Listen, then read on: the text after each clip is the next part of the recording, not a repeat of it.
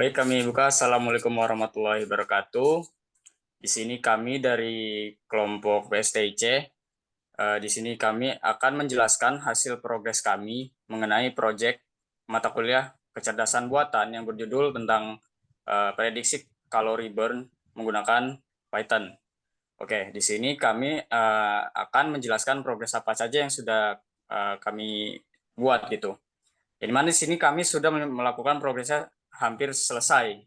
Di mana kami sudah melakukan library apa saja yang sudah ingin dipakai, terus preprocessing datanya, lalu data visualisasinya dan combine datanya, lalu kami juga sudah melakukan model training gitu, dan juga melakukan analisis data. Baik, untuk detailnya mungkin bisa dijelaskan untuk Adit. Kepada Adit dipersilakan. Oke, terima kasih untuk Fadil. Jadi mungkin detailnya sebenarnya singkat aja. Jadi untuk importnya itu sebenarnya dasar-dasar untuk visualisasi dan juga processing data sampai pada segala macam, dan juga ini kemudian ada tambahan mungkin Xcolor dan juga XGBoost karena algoritma yang digunakan itu adalah extreme extreme apa ini namanya? XG XGBoost regressor gitu, dari XGBoost. Nah, kemudian ada data calling dan processing. Di sini kami sudah menyiapkan dua file CSV, yaitu exercise CSV dan juga calories CSV yang akan digunakan untuk pada program ini gitu deh. Di mana ini CSV-nya koma separate value ya. Nah, kemudian calories ini dua datanya. Jadi di sini untuk bagian exercise datanya tadi ya. Ini itu ada user ID, gender, age, height, weight, duration, heart rate, dan juga body temperature gitu. Kemudian kalori CSV itu berisi user ID dengan juga kalori gitu, kalori yang burn berdasarkan data-data ini. Nah, kemudian data tersebut kita combine karena memang untuk processingnya itu kita harus combine data tersebut pakai concat. Di sini kita combine semuanya jadi satu, combine-nya kalori tambahkan ke ujung dengan nama kalori data gitu. Jadi semuanya ini sudah lengkap datanya. Nah, kemudian di sini total datanya itu ada 15.000 baris dan juga 9 kolom. Nah, kemudian di sini ada color data.info sebenarnya untuk mengecek information dari data itu, di mana ada 15.000 entry ya. Kemudian di sini ada jadi datanya ini tertotal not null semua ya kayak. Not null, not null, not null. Kemudian data type-nya ada integer, object, ada juga float. 64 itu 64 bit, dan kita lihat bahwa datanya ini lengkap dan dia tidak nol gitu, not null semua gitu, lengkap itu datanya. Sini juga isna itu sebenarnya untuk mengecek none gitu, is null gitu, sum itu kita totalkan dan datanya semuanya aman gitu, nol nol nol nol semua. Oke, kemudian untuk bagian analisis, ini bagian analisis statistik ya. Statistik dari data yang sudah kita tampilkan tadi, yang kita masukkan, di mana statistiknya itu ada count, ada mean, ada STD, ada mean, ada 25%-nya, berapa 5%, 75%, dan juga ada max-nya gitu. Minnya di mana rata-rata lah. Rata-rata umurnya itu 42, kemudian durasinya itu 15 menit, body temperature 40, kemudian untuk minnya itu paling min itu umurnya 20, segala macam, dan kemudian uh, max-nya itu umurnya 80 kurang 1 yaitu 79. Karena kalori yang terbakar itu yang paling banyak itu 314 kalori gitu. Di sini udah masuk ke data visualization, di mana kita mau tadi Seaborn tadi ya, library Seaborn kita .set.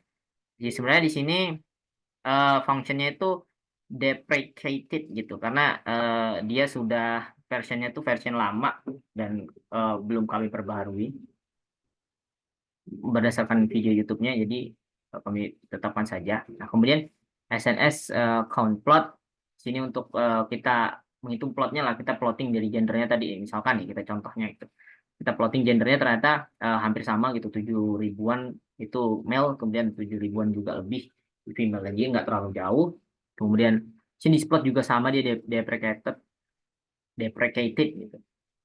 Bisa diganti mungkin his plot, tapi di his plot itu tidak ada garisnya gitu. Mungkin kami akan bantu.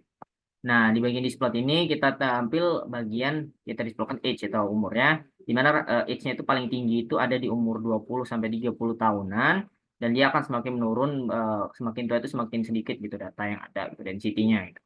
Nah, ini kami juga tinggi itu rata-rata itu ya normal lah, 160 sampai 190 itu yang paling banyak itu normal, nggak terlalu pendek juga nggak terlalu tinggi. Kemudian untuk weight atau beratnya juga kami around 40-an sampai 70 dan normal lah, nggak overweight dan juga nggak minimum weight gitu. Karena kan paling minimum umurnya 20 tahun. Sini kita bisa lihat. Nah, durasi juga di sini rata ya, hampir rata gitu dari mulai kurang dari 5 menit sampai juga dengan 30 menit. Walaupun ada beberapa yang over gitu. Banyak. Rata-rata yang paling banyak di situ. Nah, ini kita masuk ke korelasi dari datasetnya. Sebenarnya ke kami awalnya kan gender itu kan dia male female atau string gitu. Jadi kami ubah dulu ke eh, 0 dan 1 atau mungkin ke angka gitu. Numerik, numerik gitu biar bisa diprosesing oleh komputer gitu. Karena komputer tidak bisa memprosesing huruf, ada bisanya angka gitu. Sini agar dia bisa masuk ke dalam sini. 0 1 di mana 0 itu male dan 1 itu female. Oke, sudah kita tampilkan dulu. Nah, di sini kita menemukan korelasi dari datanya, di mana kita menggunakan heat map untuk menampilkan korelasinya. Korelasi itu kan dibagi menjadi dua, yaitu korelasi positif dan juga korelasi negatif. Dengan korelasi positif itu sendiri, di mana semakin tinggi, ada misalkan ada dua data, jika data kiri itu tinggi, maka data kanan itu juga ikut tinggi gitu, naik, naik sama-sama naik. Nah, turun sama-sama turun itu kalau kita korelasinya positif. Nah, korelasinya negatif itu ketika datanya itu berlawanan, ketika yang satu naik, dia yang satu turun gitu. Dari analisis ini kita bisa lihat bahwa korelasi antara durasi dengan kalori, kalori dengan durasi itu satu. Kalori dan durasi satu, maka dapat disimpulkan bahwa durasi, semakin banyak durasinya, maka kalori yang terbakar itu juga semakin banyak. Nah, kemudian kalori dengan heart rate itu juga 0,9 positif dia, positif. Jadi semakin tinggi kalau heart rate-nya semakin tinggi kalori yang terbakar. Body temperature juga itu semakin tinggi body temperaturnya juga semakin tinggi kalori yang terbakar. Nah, untuk yang lain mungkin tidak terlalu kan. Eh, itu yang karena kami ingin Y-nya atau targetnya itu adalah kalori ya yang dihitung itu kan. Jadi kita kalori. Nah, kita separating features and target. Jadi kita pisah datanya itu menjadi data features atau data yang akan kami jadikan acuan, kemudian data target. Target itu adalah hasilnya itu kalori ya kan target tadi. Nah, jadi X itu adalah data dari kalori data yang dibuang user ID juga kalorinya. User ID kan nggak terlalu penting ya karena dia unik untuk tiap data gitu untuk tiap baris. Nah, kalori ini adalah targetnya, maka Y-nya itu adalah kalori. Kemudian ini ditampilkan, X-nya kan tanpa kalori, kemudian Y-nya ini hanya kalori saja, sama ini urutan.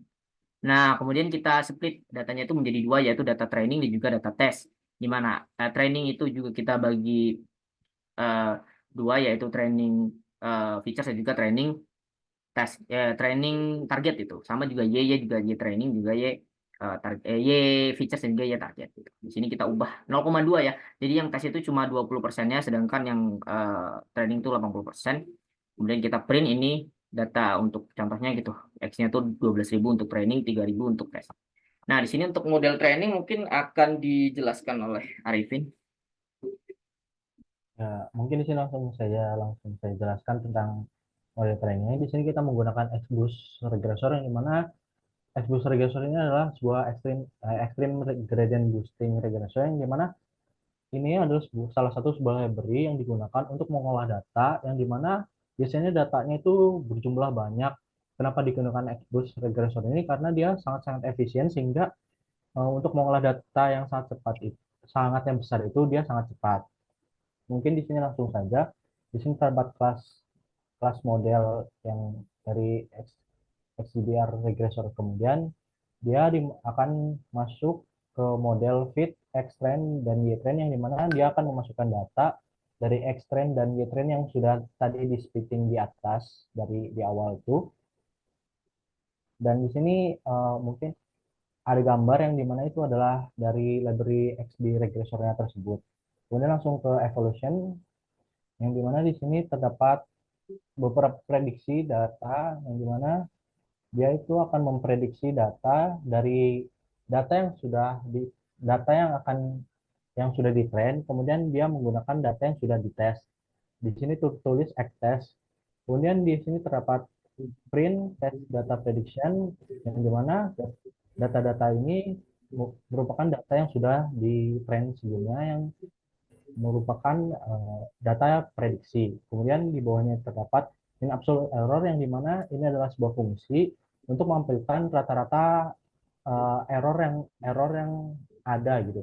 Di sini tertampil mean absolute error 1,48 dan seterusnya, yang dimana 1,1 ini sangat-sangat kecil, yang dimana menandakan bahwa program ini sangat-sangat bagus karena errornya sangat-sangat kecil. Contohnya di atas itu kan ada 125 kalori. Nah, misalkan kalau error pun dia paling 127 atau 124, jadi dia tidak terlalu berpengaruh. Kemudian di sini terdapat setelah kita mencoba untuk men-train datanya yang di atas, di sini kita mencoba untuk memasukkan data baru yang dimana terdapat dua data. Di sini kita sudah menginputkan gender, age, height, weight, duration, dan lain-lainnya. Kemudian di sini dia akan melakukan pre-processing data, kemudian di sini terdapat prediksi seperti sebelumnya. Kemudian ketika ditampilkan ini hasilnya dia terdapat 65 dan data kedua itu 236. Mungkin cukup sekian dari saya kembalikan ke Fadil.